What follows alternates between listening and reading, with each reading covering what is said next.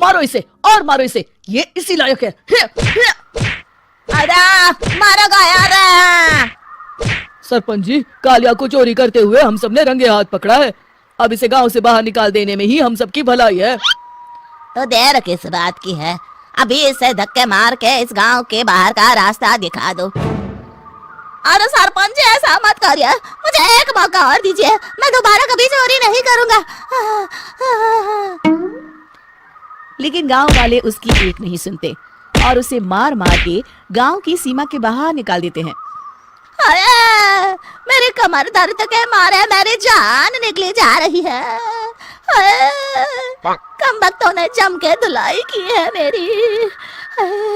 अरे भगवान करे इनके गांव में भूचाल आ जाए, धरती फट जाए और सब गांव वाले उसमें समा जाए। चलते चलते कालिया जंगल में पहुंच जाता है। उसे वहां एक प्रयोगशाला दिखाई देती है। अरे इस जंगल में ये अजीब सा दिखने वाला घर किसने बनाया है, चल कर देखना पड़ेगा। कालिया प्रयोगशाला के पास चला जाता है। दो वैज्ञानिक प्रयोगशाला में बातें कर रहे होते हैं। बधाई हो डॉक्टर चमन, आखिरकार हम दोनों ने मिलकर एक ऐसी घड़ी का आविष्कार कर लिया है जिसे पहनकर कोई भी इंसान गायब हो सकता है। हाँ हाँ, तुमने बिल्कुल सही कहा डॉक्टर जर्माटो।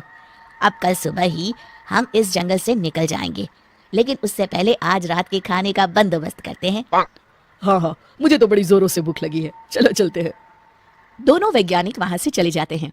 उनके जाते ही कालिया प्रयोगशाला में दाखिल होता है। अच्छा तो ये बात है। कालिया बड़े से कांच के अंदर रखी घड़ी को बाहर निकाल लेता है और अपनी कलाई पर बांध लेता है।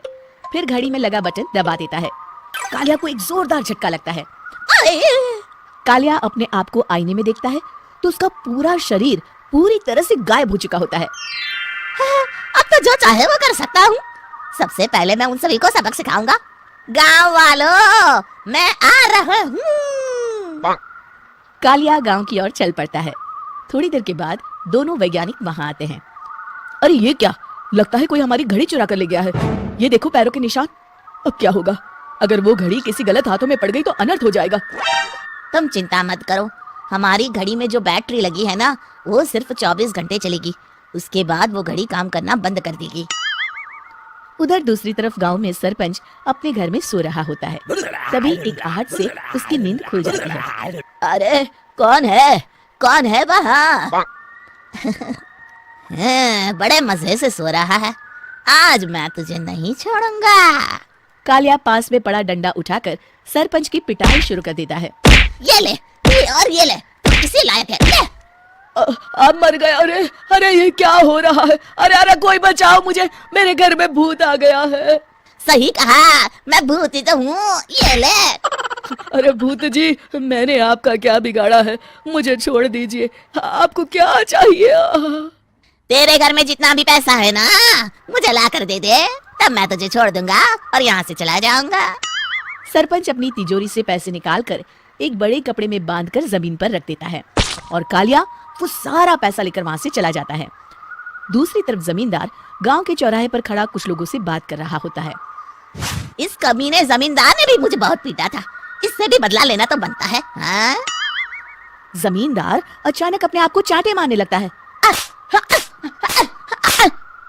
अरे भाई ये क्या हो रहा है? जमींदार साहब अब ठीक तो है ना? अरे मुझे नहीं पता भाई।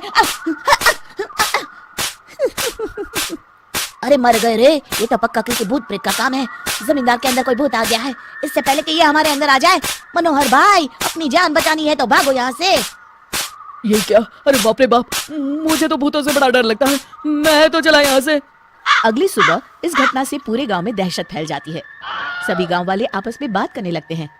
अरे भाई पता नहीं कहाँ से हमारे गांव में एक भूत आ गया है। उसने कल रात को सरपंच और जमींदार की खूब पिटाई की और उनके सारे पैसे भी लेकर चला गया। हाँ भाई हाँ, ये भूत तो मुझे बड़ा अजीब लगता है। मेरी समझ में नहीं आता कि भूत उन पैसों का करेगा क्या।